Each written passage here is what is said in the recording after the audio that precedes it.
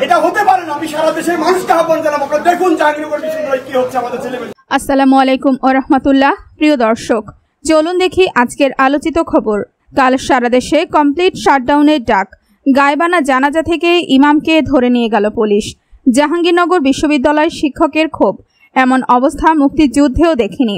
আবু সাইদকে নিয়ে যা বললেন গোলাম মাওলা রনি। আমার প্রাণের বাংলাদেশ এভাবে রক্তাক্ত হতে পারে না। শাকিব খান। ছাত্রছাত্রীদের সমর্থনে রাস্তায় নেমেছেন রাজধানী ঢাকার কাজলা শনির আখড়া এলাকার সাধারণ মানুষ। জাফর ইকবালের বিরুদ্ধে সোশ্যাল মিডিয়ায় সমালোচনার ঝড়। রকমারিতে মিলছে না বই। সাবিতে আজীবনের জন্য নিষিদ্ধ। জানাবো এর বিস্তারিত, ভিডিওটি না টেনে দেখতে থাকুন। শান্তিপূর্ণ আন্দোলনে পুলিশের হামলার প্রতিবাদে এক দফা দাবিতে আগামীকাল সারা দেশে কমপ্লিট শাটডাউন কর্মসূচির ঘোষণা করেছে কোটা সংস্কার আন্দোলনকারীরা।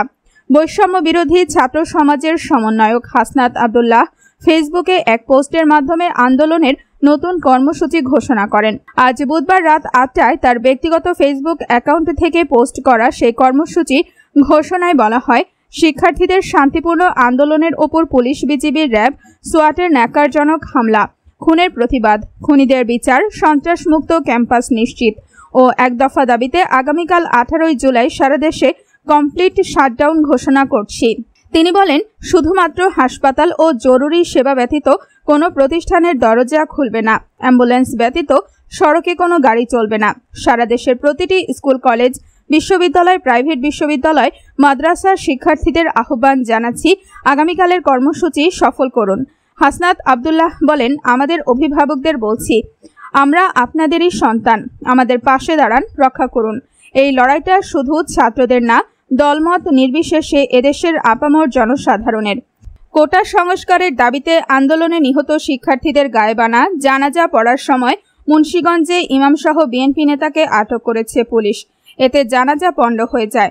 বুধবার 17 জুলাই বেলা 11টার দিকে শহরের থানারপুল এলাকায় জেলা বিএনপির কার্যালয়ের নিচে গায়েবানা জানাজা পড়ার সময় তাদের আটক করা হয় বলে জানা গেছে।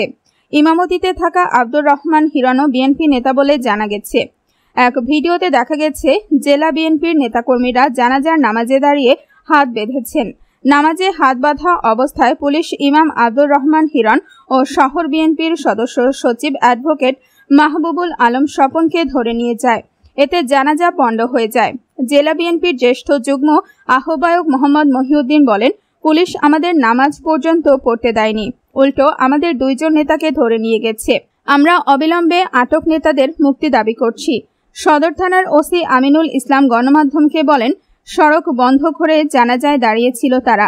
এতে সড়কে অরাজকতার সৃষ্টি হচ্ছিল, তাই 2 জনকে আটক করা হয়। একই সঙ্গে নেতাকর্মীদের সরিয়ে দেওয়া হয়। কোটা সংস্কার আন্দোলনে নিহত রংপুরের বেগম রোকেয়া বিশ্ববিদ্যালয়ে শিক্ষার্থী আবু সাইদকে নিয়ে সামাজিক যোগাযোগ মাধ্যম ফেসবুকে স্ট্যাটাস দিয়েছেন পটুয়াখালী 3 আসনের সাবেক সংসদ সদস্য, জনপ্রিয় কলামিস্ট গোলাম মাওলা রনি। তিনি তাকে শহীদ হিসেবে উল্লেখ করেছেন। এখানে গোলাম মাওলা রনির ফেসবুক স্ট্যাটাস পুরোপুরি তুলে ধরা হলো। সম্মানিত আবু সাইদ, আসসালামু আলাইকুম। প্রিয় ভাই আমার, কি বলে ডাকিব আপনায়? বীর, মহাবীর, শহীদ নাকি মহাকালের শ্রেষ্ঠ সন্তান?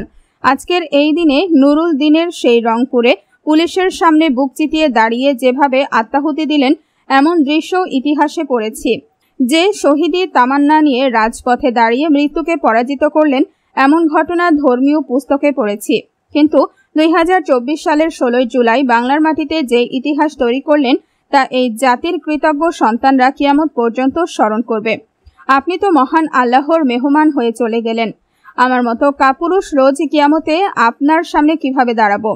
আল্লাহর দরবারে কি জবাব দেব? আপনার জন্য দোয়া করার সাহস আমার নেই, বরং আপনি আমাদের জন্য দোয়া করুন এবং আমাদের কাপুরুষতাকে ক্ষমা করুন।